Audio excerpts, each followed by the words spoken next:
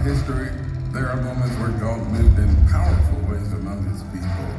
Azusa Street, Toronto, and Pensacola, forever connected by one word: revival. In 2023, we once again find our country at a crossroads, a tipping point, a realization that something has to change in our nation. With the constant barrage of woke messaging, coupled with deep divisions outside and inside the church, this has left many wondering what our response would be to the cultural rot threatening to shake America at its very core. But the embers of revival are beginning to glow once again. And tonight, we come together to offer our response in one voice, unwavering: America shall be saved. We are unified in purpose, unified in spirit, fully awakened to the role that we as the body of Christ must fulfill. The tide is turning. We are making a difference. We are winning, but our work has just begun. Revival is here, and it's now time for action. Welcome to Flashpoint Live.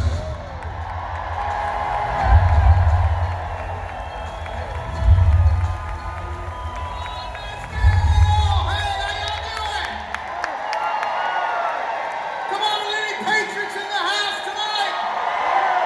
How you doing? How about over here? Anybody here? One more. All right. How about a big Tennessee yell for what God's doing in the house tonight? Welcome to Patriot TV. I'm your host, Janet Palumbi. I invite you to join me today as we discuss news and current events, local and worldwide, all from a faith-based perspective. Now, I have a very raw and simple show for you today. Last week, just prior to Mother's Day weekend, my husband and I attended the FLASHPOINT Live event in Nashville. Now, this was our third FLASHPOINT Live event. We had attended the Atlanta event last year in 2022. That was their very first event. And in April of 2023, they turned the FLASHPOINT Live events into a 2-day event instead of a 1-night event, and we attended that event. Then we attended the FLASHPOINT Live event in Nashville. Now, if I had to pick one word to describe each one of these FLASHPOINT events, the Atlanta event, I would have chosen the word excitement. This was the second FLASHPOINT Live event that they did. It was kind of a new concept for FLASHPOINT. FLASHPOINT is the show that we watch every Tuesday and Thursday night where we get a lot of our news from. And they decided to take the show on the road and do FLASHPOINT Live. Well, for us, it was very convenient. We were on our way home from an anniversary trip to St. Augustine, and it just happened to be on the Friday night that we were coming home from St. Augustine, and we were able to attend that event.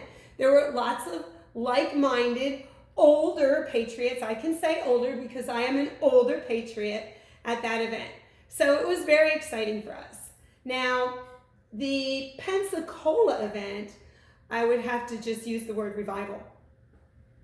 This event took place at Brownsville Assembly of God Church, where the widely reported Christian revival within the Pentecostal movement began on Father's Day, June 18, 1995.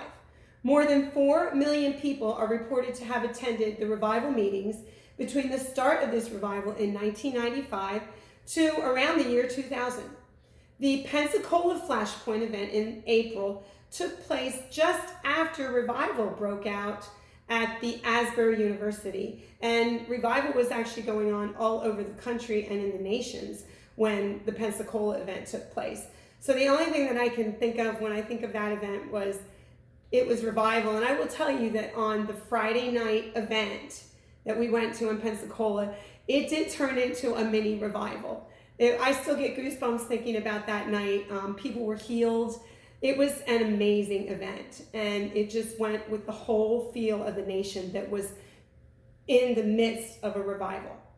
Now, the last event that we just attended in Nashville, I'm going to use the word hope. This was a very different event. Thursday night was pretty much what we were used to in the previous events. It was kind of our normal beginning of the Flashpoint Live. We had some amazing speakers that I'm used to hearing, Hank Kuhneman, Jesse Duplantis, Lance Wallnau, all the familiars that I love were there on Thursday night. They do what's called Flash Talks the next day, and it's a full day of teaching from Rick Green and Lee. I can't remember her last name, but she has flipped the school board in a small town in Texas, and just some amazing teaching. And that was pretty much the norm that we were used to. But Friday afternoon after lunch, the tables turned. When we got back from lunch, Jean Bailey immediately started inviting young people up to the stage. Now, let me preface this with some thoughts. I started Patriot TV a few months ago, backed by the blessings of my pastor, Pastor Ken Peters from Patriot Church. Pastor Ken Peters is a very loved man within our Patriot Church. Everybody loves him. But he reminded me that whenever you step into ministry, you are going to be almost immediately attacked by Satan. And I think maybe my association with Patriot Church and now Patriot TV, I was immediately attacked. Satan started throwing punches right away. Well, I have started to become popular in the world of trolls. I've highlighted some of the problems with the drag queen shows in some of my past episodes, and I've had some hate messages sent to me regarding my opinions on drag queens. But one of the comments that I received, I took to heart. Let me read you this comment. I love how she referring to me, reads some garbage and has no thoughts of her own. I also love that she talks about liberalism as if it were a bad thing. We care for others and want the best for others. How is that bad? This group of patriots are anything but good. So I happen to be a person that thrives on constructive criticism. When someone points out a flaw or weakness in me, I like to listen and I like to fix those weaknesses to better myself. This comment has opened up a can of worms for me. He was right. I was not sharing enough of my own thoughts and opinions. Many of the podcast hosts out there, like myself, that do shows like Patriot TV, I think one of the reasons that we don't always share strong opinions is partially out of fear, which is not good, but it's partially out of fear of being shut down on our social media sites. We get a lot of our information from those social media sites, and we try to share that information through social media sites. So many of us have a fear of being shut down. I actually last month was, for the very first time in my years of using Facebook, I was blocked out of my Facebook. I shared that on my last show. We're afraid of being canceled. So we don't always share our opinions as strongly as we should, and sometimes we just report the news and try to get the information out there to you and don't put our take on it. Well, I happen to have some strong thoughts of my own to share in this episode, so be careful what you comment, right? There's a lot of division and calling out of preachers and prophets and teachers, many of them by name, going on in the church right now. Matthew 7:15 reads, "Beware of false prophets who come to you in sheep's clothing, but inwardly they are ravenous wolves. You will know them by their fruits." Psalm 127:3 reads, "Children are indeed a heritage from the Lord, and the fruit of the womb is a reward." I believe that our children are some of our fruits. And when our children turn out well, and by well I mean following the Lord and standing strong in their beliefs, I believe this says a lot about the character of the parents who have raised them. And many of the people that I heard this weekend have raised some amazing children, and I have to look at them, even if some of them have been called out as false prophets and false teachers. I look at the children that they've raised, and I have to listen to them and believe that they're godly people because they've raised some amazing godly children. Now, I myself have had some prodigal moments. I also have been graced with some prodigal moments from my own children. I just had an amazing Mother's Day with my kids and my grandson. My son gave me this card, and I'm going to try not to tear up because not too long back, I wouldn't have thought that this card was possible because our relationship was strained. And this card says, "You're such a great mom. You understand me in a way that pretty much nobody else does. It's like we share DNA or something. You always seem to know just what I need to hear, whether it's encouragement or good advice. You've always been that way, Mom. Every day I feel so grateful I have you for that. And I hope I can learn to be that person for people in my life too. Happy Mother's Day." And he shared some personal things underneath it. I can't read it. I'll fall apart. But I have two amazing children, and they're two godly children, and we've gone past those prodigal moments, and they've grown into amazing, godly kids. And I think that says a lot about how we raised them. And I shared last week many of the highlights of the FLASHPOINT conference on Patriot TV, but I saved the Friday afternoon portion for my show this week. Friday afternoon, as I said, Gene Bailey began inviting young people onto the stage. Not just any young people. He started by inviting the children of several of the speakers, including his own son, up to the stage. The first to come to the stage was Matt Kuhneman. That's Hank Kuhneman's son. Now, Matt Kuhneman's Instagram says, his Instagram profile reads, "Jesus follower," in capital letters, pastor's son, brother, pro arena football quarterback, QB coach, and founder of the new Game Changers podcast. Matt had some really interesting things to say about his generation, how his generation is largely responsible for some of the evil that's going on, but that his generation is waking up. Now I'm going to play a little bit of a video clip from Matt Kuhneman so you get to see what kind of a son Hank Kuhneman has raised, the fruits of his and Brenda's labor. He's a godly man, and so is his son. Let's listen. You know, I look at my generation and I say, listen, there's a lot of just crud out there. There's a lot of just stupidity that sometimes my generation has been the cause and the root of. And a lot of them are uneducated, you know. But there's an absolute populace that's still there. There is a seed, there's a root that has been planted from your guys' generation that is dug deep in the generation, my generation, in the hearts of our generation. And guess what it's going to do? We're going to unify. We're going to unify because there's absolutely still those people in this world that say, no, enough of this in our schools, enough of this in our governments. You're not going to take our churches down. Absolutely not. And, you know, I started with my buddy. His name's Anthony Armstrong. If you guys watch Lord of Hosts Church, he sings up on stage. And we started a podcast called Game Changers, Lord of Hosts Church. You can go watch it. Follow us on Instagram, Game Changers, Lord of Hosts Church. And we just said, you know, and with his permission, which thank you so much for giving us the ability to do that and imparting into us each and every day. But we said, you know, back in 2019, 2020, when the whole, you know, scamdemic was going on, we're like, Anthony and I said, you know, there needs to be some people that are going to talk about some stuff honestly. And he's an African American. He said, you know, I am tired of this BLM stuff they're trying to force down our throat, okay? And we just said, you know what? We're not here to kiss the backside of religion. We're here to have a relationship with Jesus and show people that there are still some young, on-fire Christians right now. I believe America is on a comeback, and revival is here right now. It's here right now.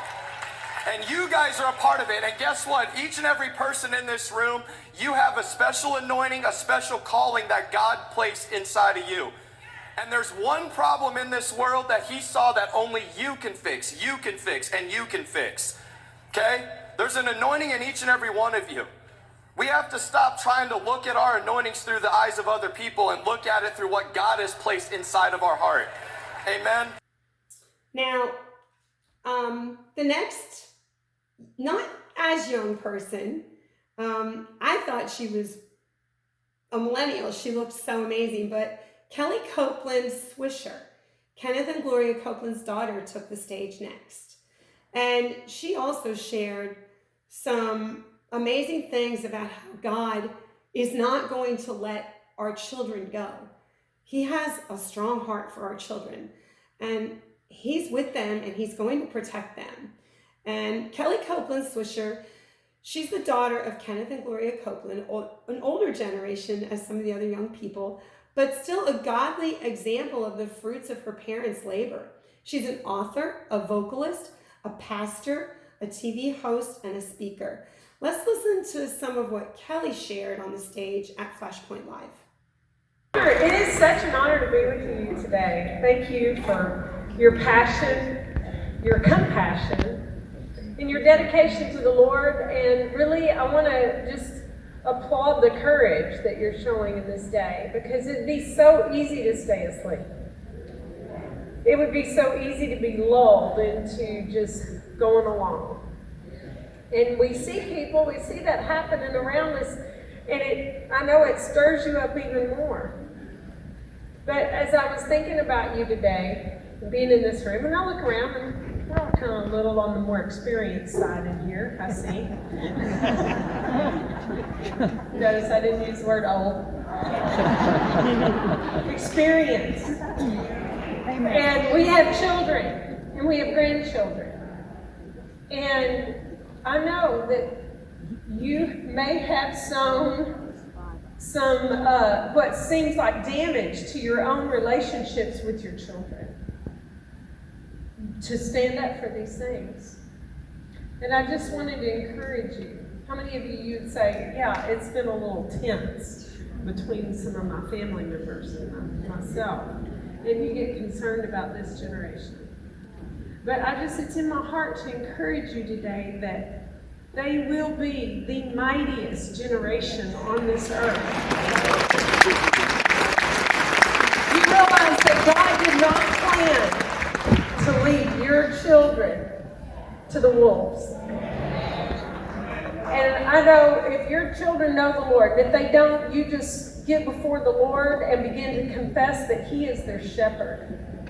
You know, I love Psalm 2 because it says, even those high and mighty people who God knocks them to the ground.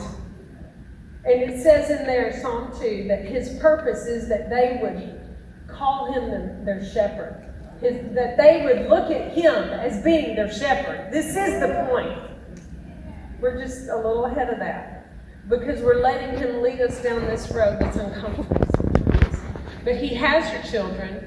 He is taking them on a journey. This is not a generation that can know their parents' God. They got to know Him. That's right. They got to know Him for themselves. So you just think about that whenever you get concerned. You walk in love with them. You love your children and just look at them and think, the Lord is their shepherd. Lord, you're their shepherd. You know what to say to them right now. And I just felt that in my heart to encourage them today that He's not forgotten your children. And don't let the devil lie to you about that. So find courage in your shepherd. And if you start doubting that, just say, Lord, have you got my kids today? And He will talk back to you. And it will give you great comfort, because your identity is in His voice. Their identity is in His voice. And how did Jesus come up from hell? He was risen by the voice of the Father that went down to the deepest part of hell. And that same voice is speaking to our kids through the messenger Jesus Christ, our shepherd. And they are being raised up even now. Even now it's happening. How many of you have seen just like a miracle just in the last month? In your family. Look at that. Look around. Look around. I'm so excited about this generation, Jean, and I appreciate what you're doing and what you're doing. Amen. To share the truth in the name of Jesus. Thank you, guys. I love y'all. So the next person to take the stage was Reed Bailey, Jean Bailey's son, who is also in ministry. I don't know a whole lot about him. It's the first time I've seen him enter, but I did look him up after I heard him speak on the stage at FLASHPOINT, which I'm going to play for you because he was so interesting and had so much to say about his young generation. And Gene Bailey also does another show, Revival Radio, and he has a really cool interview with his own son on Revival Radio. You should look that up. But I'm going to play just a short clip of what Reed Bailey had to say, again, about the young generation that is changing America right now. Let's listen. At an early age, at a time where I really needed to connect with God, God really came after me as someone young. Every time on the bus, when I hop on the bus for school, somehow, I guess just through the Holy Spirit, I found out about Sid Roth's Supernatural program. And I loved hearing all these stories about people that would have these encounters with Jesus, or show up or manifest in their room, or have these amazing prophetic dreams or encounters with angels. It was just so cool to see that, like, our God is an amazing God. And, you know, he has a season and a time for everything, and we don't necessarily always chase after those things. We chase the Father, we chase Jesus and the Father whether we see him or not. But that hunger really never stopped. So I went through and just binged all of these Sid Roth episodes, and it was so cool to see how it was like every lane, not necessarily denomination, but every like vein of the Christian kind of church at that time, they all had a different revelation at the time. And not only did it really encourage me, but it really taught me to always keep learning. You know, there's that verse that says, "My people perish for lack of knowledge." Notice they didn't use the word, "My people don't do a great job," or "My people fall behind." No, that verse says, "My people perish." So it's great to come to a conference like one of these because you can get encouraged, especially educated and built up. But don't forget, whether you get goosebumps here tonight or today, or you get exactly what you need to go impact your community, or maybe you don't even feel like you're called to politics, God's got something special for each one of you. God might need you here for something else than what you thought you came here for. He might be giving you the tools, kind of like Mr. Miyagi, wax on, wax off. God might be downloading tools for you here that you end up enacting out in your family, or in your school, or in your business. So I just wanted to, my quick thing was really just to kind of give you guys a reminder that you are all called, whether your opinions and politics aside, you are all called to be a witness for Christ. I don't care if you've been in church for one day, even if you got saved yesterday, you are called. God has something special just for you. So, people that talk to me, they hear me say this story all the time. Culture is so right now. There is this story of this pastor in Alabama, Church of the Highlands, if you've ever heard of them. They do this random act of kindness day where they actually have the entire church on one day go out in their community and do a random act of kindness in that one day. They're very peculiar about how they do it. Well, the pastor goes to a Starbucks and he buys the coffee for the person behind him and starts one of those kind of kindness lines in Starbucks. Everyone keeps paying for each other's coffee. Well, 8 cars down the lane makes it to this atheist. So this atheist gets up to the window to pay for his coffee, and the barista says, "Hey, your coffee has already been paid for, and here's this little card they told me to give you. It was just a, hey, you've received a random act of kindness. Here's our church," or whatever. This atheist was caught so off guard. Why would someone just want to pay for my coffee? He ended up going to the church, standing in the back, and was like, "I don't know about all this stuff, but I'm sensing something. So I'm just going to come in and visit for a few weeks." He stood back there, and literally like 6 weeks later, he becomes a full believer.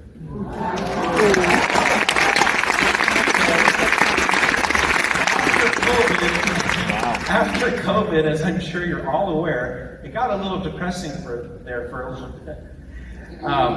Culture is so right now.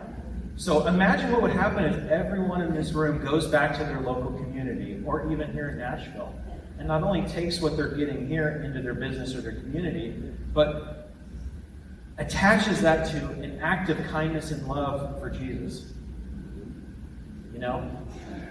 So I just want to encourage you, even if you're not called to politics, or you're not called to ministry, or you're not a pastor, it doesn't matter. You are all a witness. So I just want to encourage you, go out, make a difference. There's so many stories we hear. I mean, even with FLASHPOINT, people that go, I don't really agree with you guys, but I can tell I'm hearing truth, so I'm going to keep watching. And if there's anyone here that maybe came and went, I'm just going to check them out, that's okay. We're happy you're here. We believe that the love of God's going to go through all that stuff. So take what you get this weekend and take it back not only to your kids, but your whole life and make a difference. Thank you. So now we move on to the main speakers. This first speaker that came out on the stage I had never heard of before, and she was a phenomenal young woman. Her name is Kylie Jean Tannehill. Kylie Jean, she's an impressive bio. Kylie Jean Tannehill is a graduate from Regent University with a degree in communications to complement her background as a songwriter, singer, TV personality, and speaker.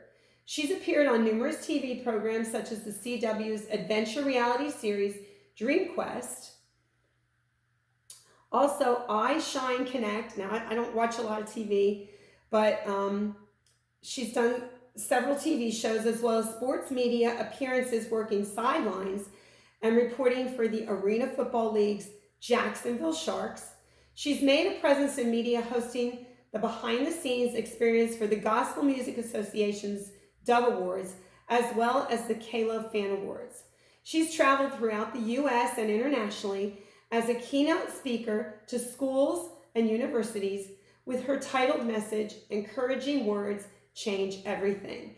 This girl was on fire for the Lord and encouraging and just an impressive human being. And I'm going to play a little bit of what she had to say about her young generation at the FLASHPOINT Live Conference. Let's listen to Kylie Jean.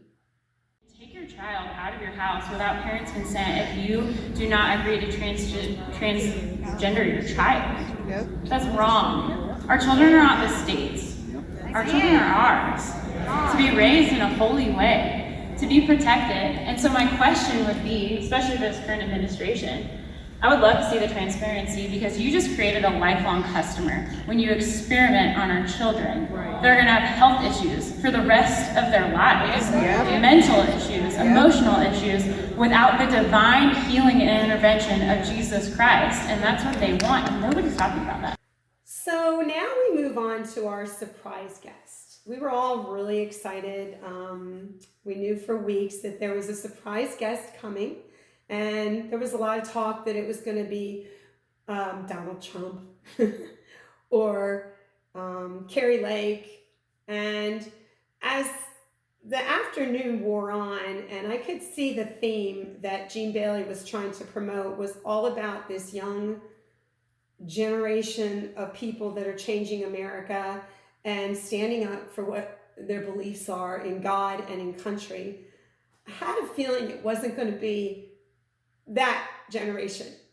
So we were all surprised when Riley Gaines entered the stage. Now, before I share some of the video clips from Riley, who is also an amazingly impressive young woman, I want to address the tail end of that nasty comment left by one of my troll haters.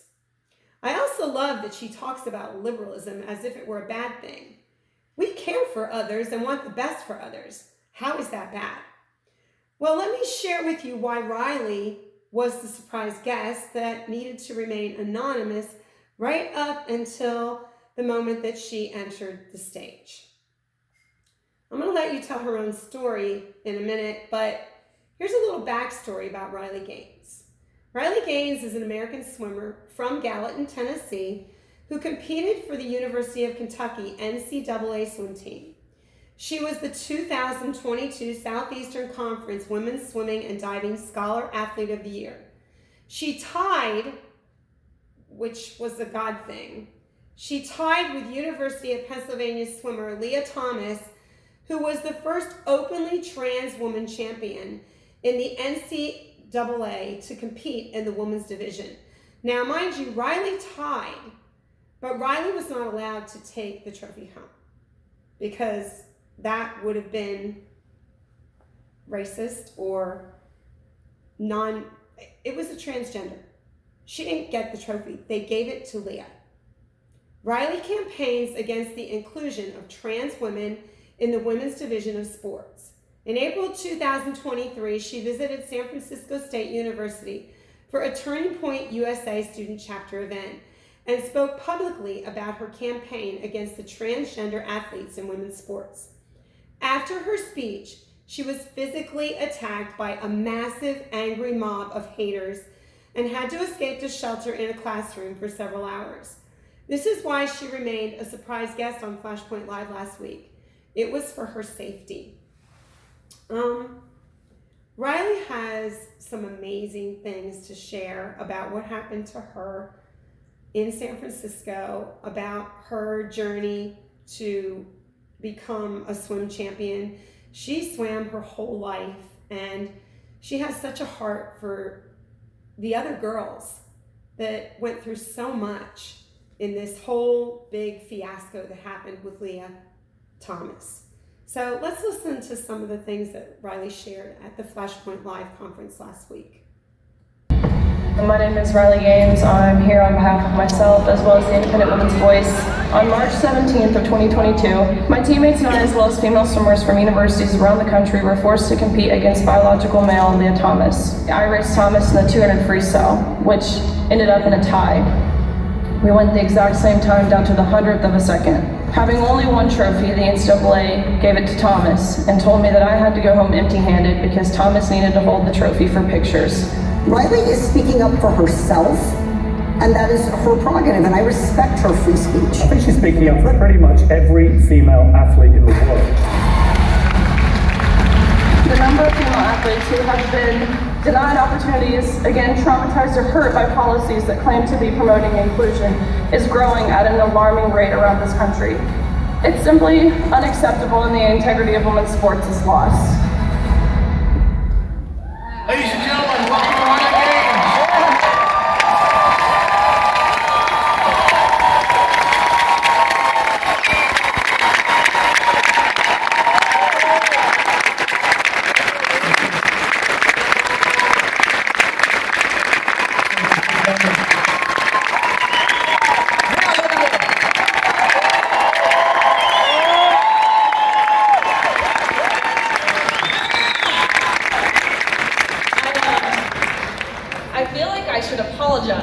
Because I feel like, and I heard that a lot of you were expecting President Trump. I'll be totally frank, I know I'm not as cool as him, so I appreciate the applause and the standing through the disappointment. I'm not disappointed, thank you.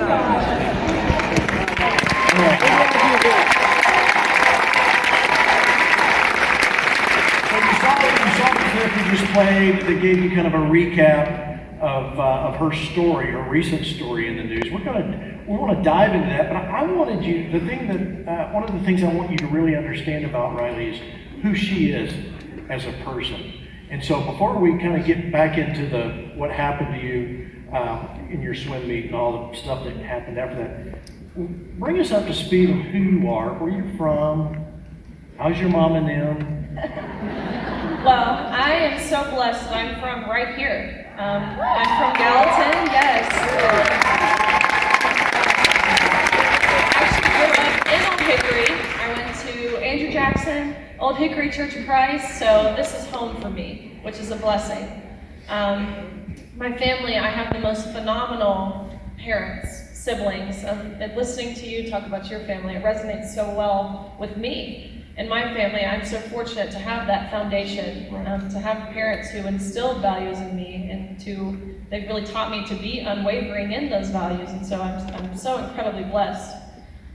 But I started swimming when I was at the age of 4. I graduated when I was 22, so I dedicated 18 years of my life to my sport. So to say it was a lifelong journey is an understatement. It's really impossible to put into words the amount of time and the hours and the dedication and the sacrifices that you have to be willing to make to compete at the highest level. Yeah. So take us to that day and that swim meet where that was in the clip. Let's walk through that process. You obviously knew Thompson was there and you were about to get in the water. What was going through your head that day? Well, I'll take you back just a little bit before that because I want to introduce how I first even became aware of this person. So, my collegiate experience was nothing short of normal anyways because we had dealt with COVID. In March of 2020, 3 days before we were supposed to leave for our national championships, which is the fastest meet in the world, we were all sent home, which you never get sent home in swimming. Right. So, being as I'm from here, where we know we have Old Hickory Lake, I put on a wetsuit every single day over COVID and swam miles. Junior year, we come back, and I did this, of course, hoping to have an advantage when we came back, because pools were closed, gyms were closed, there was no other way to continue improving. Come back junior year, had a great season. I ultimately finished 7th in the country, which I was very proud of, but that I was capable of more, and that's ultimately when I set it my goal to win a national championship, which would of course mean becoming the fastest woman in the nation in my respective event. And so my senior year, I was right on pace to do so. I was ranked 3rd in the country about the middle of our season, behind one amazing female swimmer who I knew very well, because like in most sports, your top tier athletes, you know of each other regardless of where you're competing. But the person, and she was in 2nd, but the person who was ranked 1st, I had never heard of before. And this is, of course, the first time I became aware of a swimmer named Leah Thomas. And there was many red flags. This was a senior, they were from the University of Pennsylvania. They were ranked 1st in the 100 freestyle, which is a sprint, and all of the freestyle events in between until the mile, which is long distance. And so if you think about your Olympic runners, your best 200-meter runner isn't your best marathon runner, but that's what we were seeing in this person. And it wasn't until a few days after these nation-leading times were posted, an article came out disclosing very briefly in a blip of a sentence, as if we were supposed to just read right over it. Leah Thomas is formerly Will Thomas and swam 3 years on the men's team at University of Pennsylvania before deciding to transition to the women's team. And so I read this, and of course I was shocked. But truthfully, I felt this sense of relief because I was able to look up who Will Thomas was. I'd been looking up Leah Thomas, and there was nothing on the internet. Looked up Will Thomas, and this was a mediocre male at best, ranking 462nd in the nation among the men the year prior, to now dominating the women. I thought the NCAA would see it exactly how I saw it, exactly how anyone with a brain would probably see that.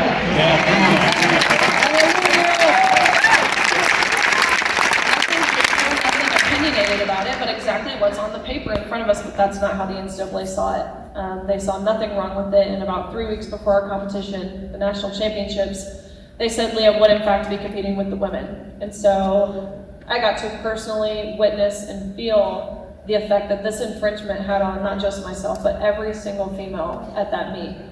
I can wholeheartedly attest to the tears that I saw from the girls who placed 9th and 17th, who missed out on being named an All-American by 1 place. And I can wholeheartedly attest to the extreme discomfort in the locker room when you turn around and there's a 22-year-old, 6'4" male who's fully intact with and exposing male genitalia, watching you as girls undress. And I can wholeheartedly attest to the grumbles and the whispers, because that's what they were whispers, of anger and frustration from these girls who, just like myself, had worked our entire lives to get to that meet. You know, I can't imagine so many of these stories, especially like Riley's, and I know you're sitting there at home like I was going, what? Come on. What about your coach? Did your coach say anything about this? My coach is my best friend. Even still, I graduated last year, we talk all the time. And he was so incredibly supportive of me, which I thought nothing of. I thought that's how any coach would respond. Even my athletic director, his name is Mitch Barnhart, at the University of Kentucky. After all of this happened, yes, go Big Blue. I'm sorry, there's probably a lot of TSU fans in here. I will never say go Big Orange. But I called my athletic director after everything in regards to the trophy, and I don't know if people could hear in the video, but Thomas and I tied In the 200 freestyle, we went the exact same time down to the 100th of a second. You can't tell me that's not God. That's right. When you're racing for 1 minute and 40 seconds and you go the exact same time down to the 100th, that's God. But we tied, and ultimately the NCAA said, we know you guys tied, but Leah has to have the trophy, and they said she, I don't say she. She has to have it for photo purposes, so Riley, you go home empty-handed. What did you say? This is what thrusted me over the edge into taking a stance in the truth, because that's what this is. What they were asking us to do is lie. They were asking us to smile and step aside and give our spots on the podium and our scholarships and our titles and our opportunities away to these men while calling them women. And that's when I was no longer willing to do that, and my coach was right there beside me. What about your,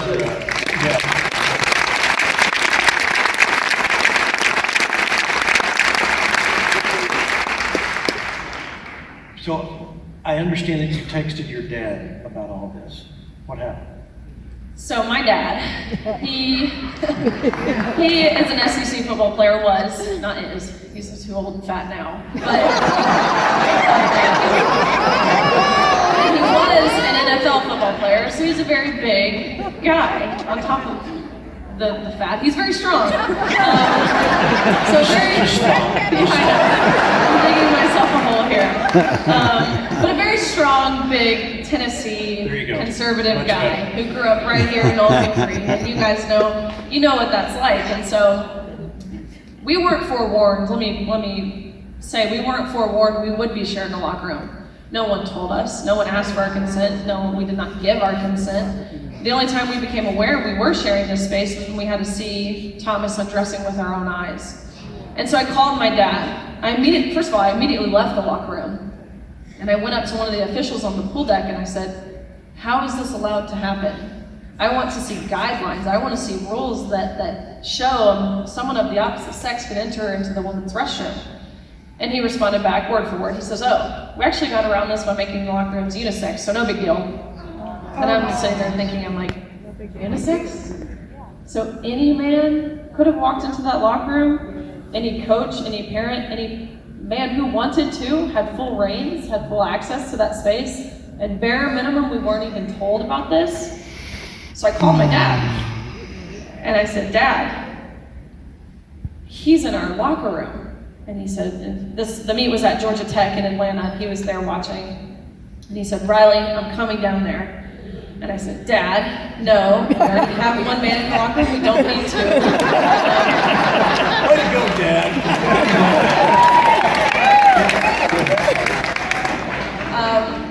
My parents, growing up, they didn't always appreciate my stubbornness, but they definitely do now.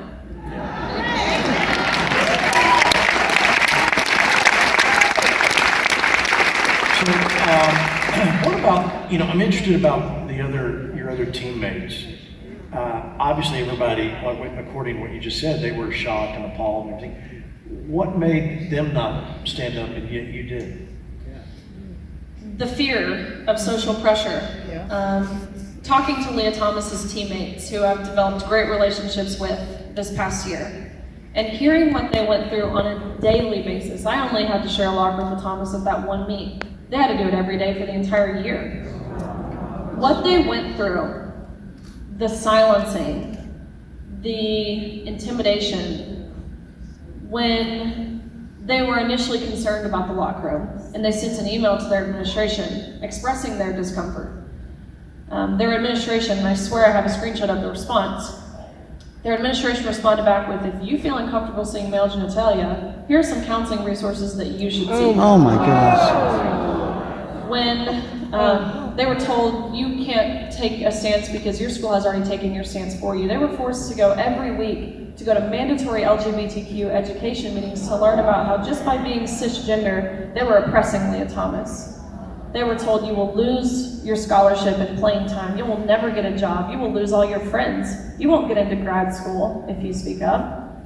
They told these girls, if you happen to speak up, and any harm whatsoever comes toward Thomas's way, whether that be physical harm, emotional, mental harm, then you're solely responsible, and you don't want that, do you? You don't want to be solely responsible for someone else's harm. Then I suggest you be kind and you be inclusive. So these girls, they were emotionally blackmailed. They were terrified. My experience with my coach and with my athletic director, as I mentioned, I called my athletic director when all of this went down, and I said, this is what happened and this is how we feel. How do you feel if I take a public stance in saying this is wrong? And my athletic director said, Riley, we love you. I support whatever stance you take. Speak your heart, stay true to your convictions, and don't worry about pinning this university on.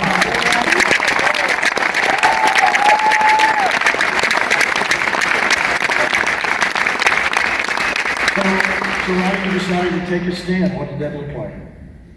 At first, I think we can all agree swimming is not a sport that garners media attention, but that meet was special because there was all kinds of reporters and outlets there, left-leaning, right-leaning, everything in between. And so my inbox, especially after the tie, I mean, these reporters were desperately hoping someone would bite the hook and give them a quote that they could take back and use, but no one would. So my messages and my inbox were full. And so after talking to my athletic director, I kind of reluctantly agreed to talk with the Daily Wire. To which very quickly, it blew up. I think for a lot of reasons, one of which being people saw the severity of what we were dealing with. Two, I think sports is something that resonates with everyone. It's not boring like the economy or the environment or anything like that. So everyone loves sports. And so that Daily Wire hit very quickly turned into Fox, very quickly turned into CPAC, and going on stage with Trump, and all of these really incredible things that I never felt equipped for. My face used to turn the color of a tomato when I had to speak in front of people. But I almost felt like, after a while, I felt like I was preaching to the choir, because every old man that watches Fox agrees with me. How can I get the people who don't agree with me? Right. And so I started reaching out to CNN. I started reaching out to MSNBC and these left-leaning sites, outlets, and every single one of them. And I was just offering to provide my perspective because they were reporting on these stories, but they weren't considering how it impacted females. And so reaching out to them, and every single one of them responded back with, "We don't want to give you a platform to spread your hate," which was hard to hear because I knew I wasn't spreading hate. I knew they were reporting on this, and they weren't accurately describing what we actually face. And so I continued on with and I very quickly got labeled as some right-wing grifter. But my parents always taught me, Riley, put up or shut up. That's the athlete. Both my parents were D1 athletes. That's the athlete in my parents. You know, you can complain all you want, but unless you're willing to do something to enact change, then it's just whining. And so,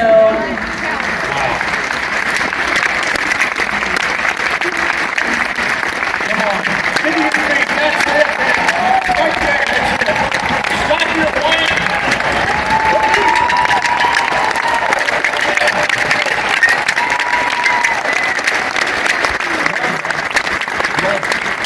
Keep going.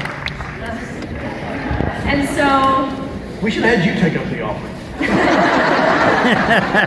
don't know, I said I would never say go big orange, so I don't think they want that.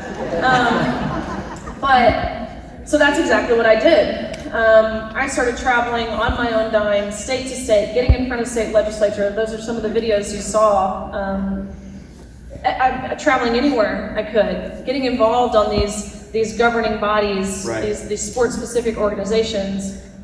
I was talking to people who are involved in disc golf. I know nothing about disc golf, but I know men are competing in women's disc golf. So I was involving myself. I was putting myself in a position where they could no longer ignore not me, but us as women.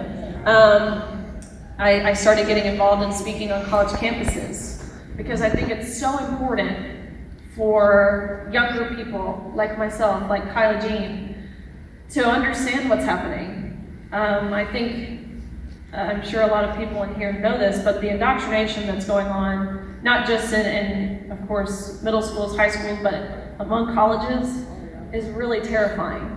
So giving being able to share my perspective with people my age, to allow them to have their eyes opened, that's still actively what I'm doing.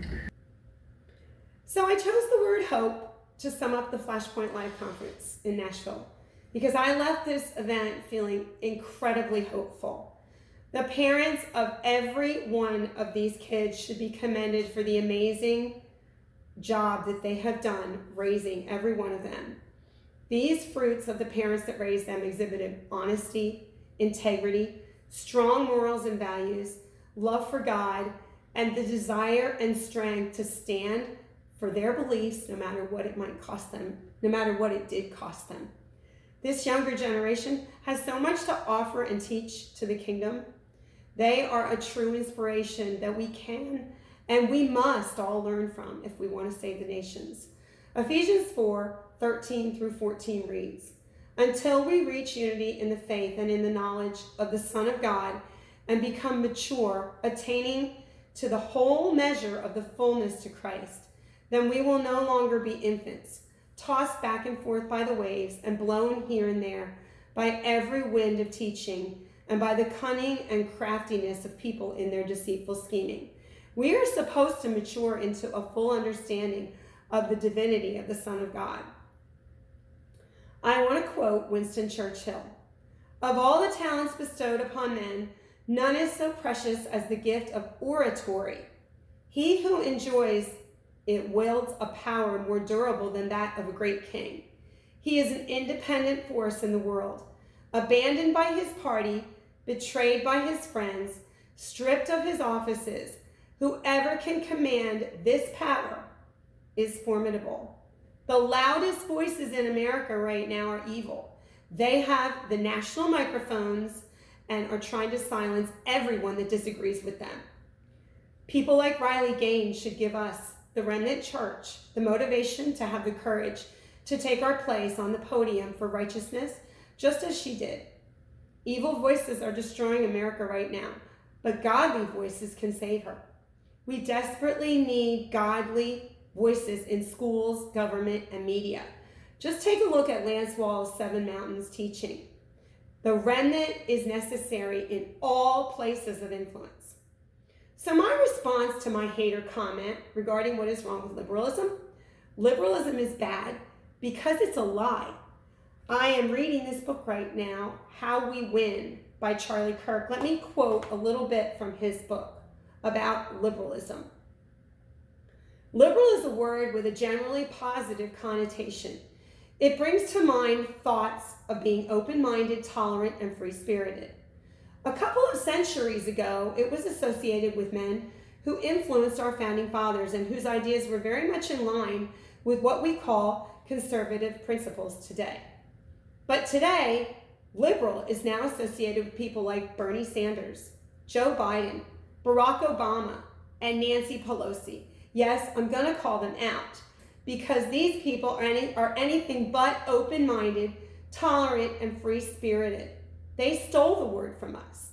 In addition, they grabbed the term progressive, which makes people think that they are positive forward thinkers. There is nothing forward-looking about totalitarianism. By surrendering our language and terms to them, conservatives have allowed liberal radicals to use words that are familiar to the average citizen and trick him or her into thinking they mean one thing while they're actually saying another. The ability to control language allows for manipulation of men. Sadly, also, it has become extremely difficult to distinguish between the right and the left anymore. Charlie Kirk states that we live in a world of Republicrats and Democrats. Neither party represents us anymore, and the church has become tolerant, silent, and invisible. Acts 4:29, "Now, Lord, look on their threats and grant to your servants that with all boldness they may speak your word." I would highly encourage you to seek out events like the event that we just attended in Nashville, FLASHPOINT Live, where you can surround yourself with like-minded, motivational, inspirational, and godly servants that you can learn from and grow with and be bold with. I end today's program with the beginning of every Flashpoint Live event.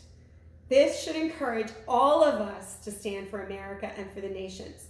America will be saved if the remnant church stands strong against the principalities that fight against her. Thank you for joining me today. I welcome you to join me each and every week on Friday at 2 p.m. Eastern Standard Time. We are called to stay busy and occupy until he comes. I will be here every week to inform, encourage, and ignite. I'm Janet Palumbi, your host of Patriot TV. Have a blessed day.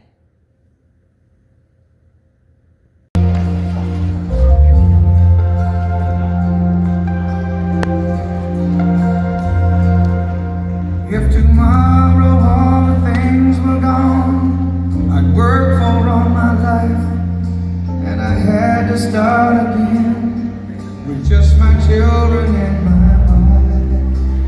I thank my lucky stars to be living here today, 'cause the flag still stands for freedom, and they can't take